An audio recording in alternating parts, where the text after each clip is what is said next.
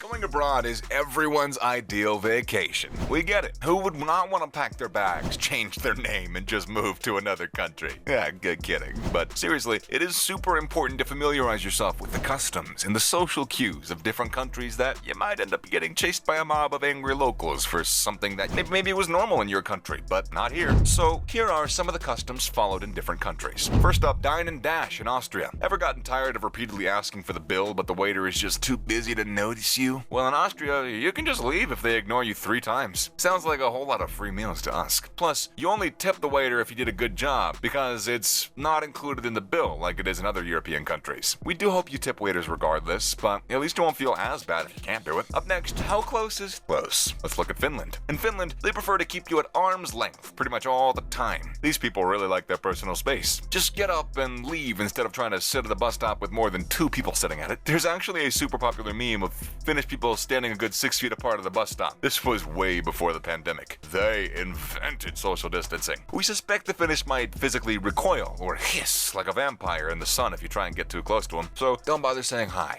Especially if it's someone you don't know on the street. You'll probably offend them. Even their friends are kept at a distance of 60 centimeters and no closer. Sounds pretty weird, right? Well, at least you can't complain about the unnecessary small talk, only the cold silence and the fact that there are single-person park benches spaced at equal distances apart. And then the confidence and traffic in Vietnam. Part of dealing with the traffic in Vietnam is having a lot of self-confidence. In Vietnam, all you really need to cross the road is believing that you can part the sea of motorcycles. Kind of like Moses with that Red Sea. No, seriously, if you look straight ahead and walk like you mean business, they'll make way for you. Forget that whole looking both ways stuff. Well, not completely, but for real, Vietnamese people have smaller cars, and they know a road crosser when they see one. The key is to move slowly. Sounds counterintuitive, right? Well, if you rush, you accidentally risk of running into somebody else trying to do the same thing as you. All that traffic can scare the bravest of us, so you just gotta raise your arm to signal that you're crossing, and pretend that you're in some version of GTA Vice City. Up next, when in Korea, do as the Koreans do. If the Finnish had time to keep you at distance, Koreans are way too busy for that.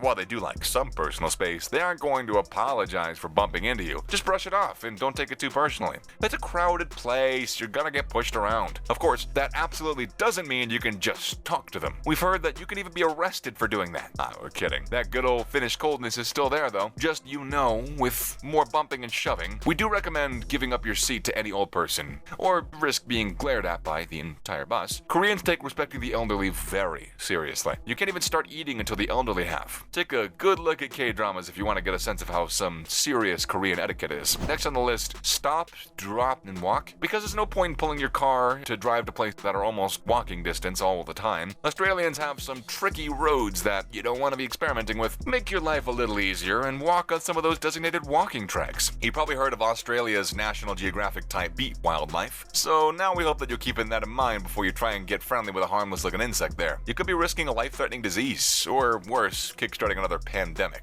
If the Finnish and Koreans will pretend you don't exist, hopefully you're cool with being casually, waved at while driving. Australians are super friendly. So friendly that they won't hesitate to run their mouths off around you. They love swearing, so don't be surprised if they swear like a sailor while swatting to fly away. And now we have hugging in Brazil. Physical affection is actually really normal in Brazil. They're all pretty chill with each other. That doesn't mean they're in love with you or anything, only that Brazilian people are really comfortable with casual touching. They like that sort of intimacy. And then they befriend you, invite you over, and never let you leave. We're kidding. Chill, it's not a horror movie. Just return that kindness and go about your business. Brazilians are like that in all areas of life. There's no strict hierarchies in matters of business either. So if they won't marry their colleague after a friendly pat on the back, that sympathetic shoulder squeeze probably doesn't mean anything. In fact, the idea that Brazilians are easy to get close to might just be a teeny bit problematic. Up next, dodging bicycles. Now let's focus on Denmark. Normally the idea of just hanging out by the sidewalk contemplating the ongoing traffic sounds romantic. It'll make you feel like you're in an A24 movie. But in Denmark, that's the kind of thing that'll definitely get you run over by a breathless cyclist. They have a whole other lane for bicycles. Very eco-friendly in theory, but in practice, a Tarnby cycler will happily turn you into a minced meat meal. And the rider will probably be mad that you got blood all over his bike. You'd be surprised to discover that these cyclists even have separate traffic lights. And while some of their lanes might easily be identifiable because of the colored asphalt, like a broad blue band, as a tourist, you